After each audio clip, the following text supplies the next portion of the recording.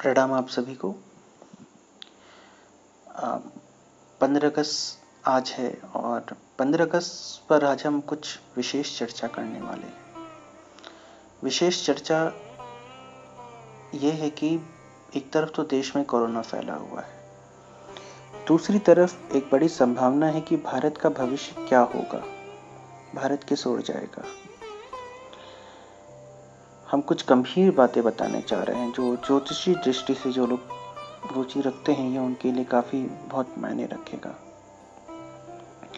15 अगस्त की मध्य रात्रि के साथ ही भारत एक बार फिर से आजादी के संघर्ष के बीते दिनों की यादों और भविष्य की आशंकाओं के बीच मंथन कर रहा है। इस बीच ज्योतिषीय दृष्टि से एक बड़ी ही रोचक तथ्य पर गौर करने की आवश्यकता है। जब भी शनि का गोचर मकर राशि में आता है, भारत के लिए ये केवल नुकसान ही नहीं बल्कि तबाही लाता है।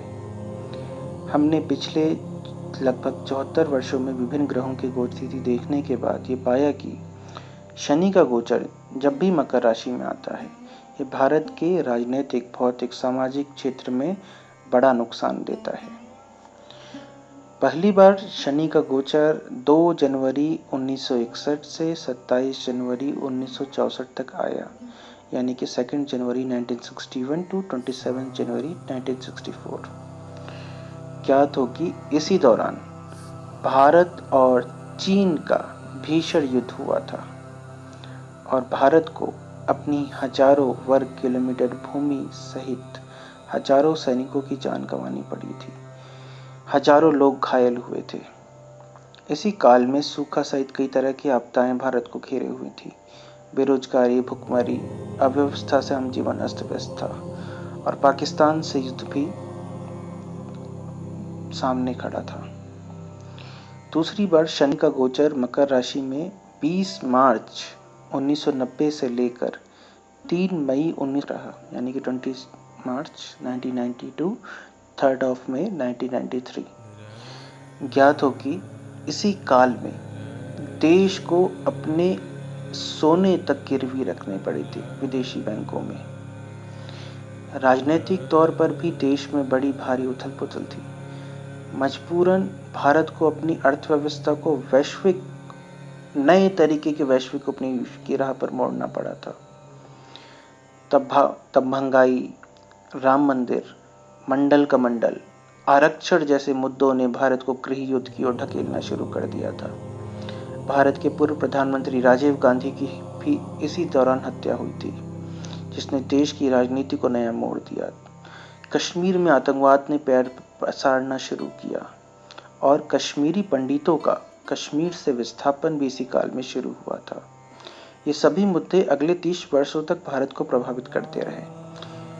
तीसरी बार शनि का मकर राशि में गोचर 23 जनवरी 2020 यानी कि 23 जनवरी 2020 को आया है, जो कि 28 अप्रैल 2022 तक रहने वाला है।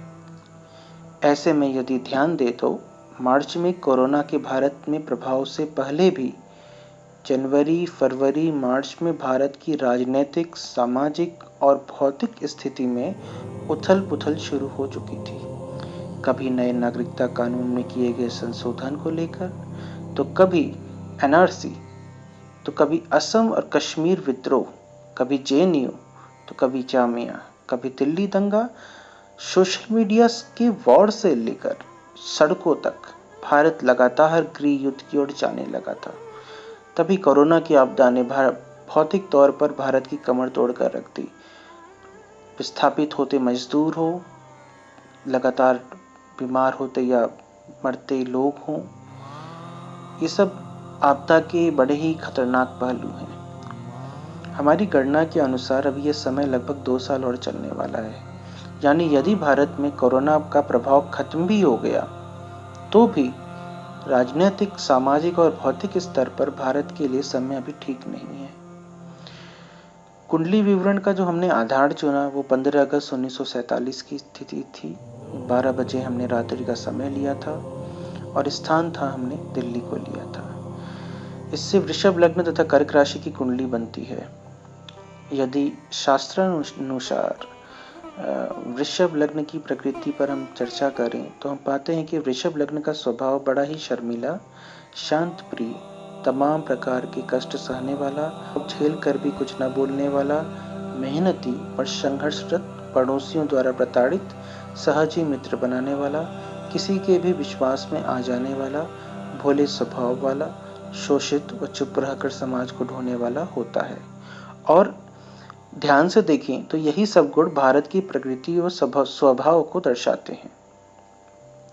इसी प्रकार शास्त्रानुसार कर्क राशि की प्रकृति पर चर्चा करें तो हम पाते हैं कि यह एक कुटिल व सफल राजनीतिकवाद की धनी चतुर स्वभाव वाला होता है। 15 अगस्त 1947 को रात्रि 12 बजे आधिकारिक तौर पर नए भारत या यूं कहें कि विघटन के बाद बचे शेष भारत का नया वजूद सामने आया। देश की असली कुंडली क्या बनेगी? क्या 15 अगस्त 1947 ही भारत का वास्तविक उद्भव समय है? इस बात पर विद्वानों में मतभेद है, परंतु यह सत्य है कि उस दिन एक बहुत बड़ी ही ऐतिहासिक घटना घटी थी और वर्तमान में भारत की सामाजिक, राजनीतिक, आर्थिक, भौगोलिक अर्थात लगभग सभी परिस्थितियों की नई परिभाषा गढ़ी गई। नए संविधान का गठन किया गया और गठन की तैयारी लगभग एक क्षण तक प्रोसेस प्रक्रिया शुरू हो चुकी थी। अंततः एक पुनर्जन्म तो कहा ही जाएगा। अगर ज्योतिषी दृष्टिकोण से देखा जाए तो 1942 से लेकर 1948 तक का दौर ग्रहों के विनाश लीला का दौर था। पूरी दुनिया में ही भयानक रक्तपात हुआ, भारत में भी हुआ। भारत की पूरी धरती रक्त रंजित हो उठी थी।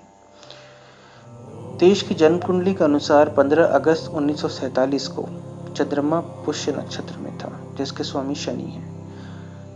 इसलिए भारत को आजादी शनि की महादशा में प्राप्त हुई थी और शनि का महत्व इसलिए और भी ज्यादा महत्व हो जाता है। शनि की महादशा वैसे तो भारत के लिए शुभ फलदायी है, लेकिन शनि का मकर राशि में जो गोचर होता है वो भारत के लिए हमेशा ही अशुभ परिणाम देने वाला बन चुका है। शनि की महादशा में 1947 से लेकर 65 तक भारत तमाम तरीके की उच्च और नीच को झेलता गया। ज्यादातर मौकों पर सफल भी हुआ। पाकिस्तान से युद्ध भी उसमें शामिल था, 1947 और 65 का युद्ध। और लेकिन एक जो गौर करने वाली बात है कि मकर राशि में जो शनि का जब भी गोचर आता है, भारत की परिस्थिति बहुत विकट हो जाती है और ये जो समस्याएं हैं वो अभी आगे भी 2 साल रहने वाली हैं और ऐसी परिस्थिति में बड़ा सचेत रहने की आवश्यकता है।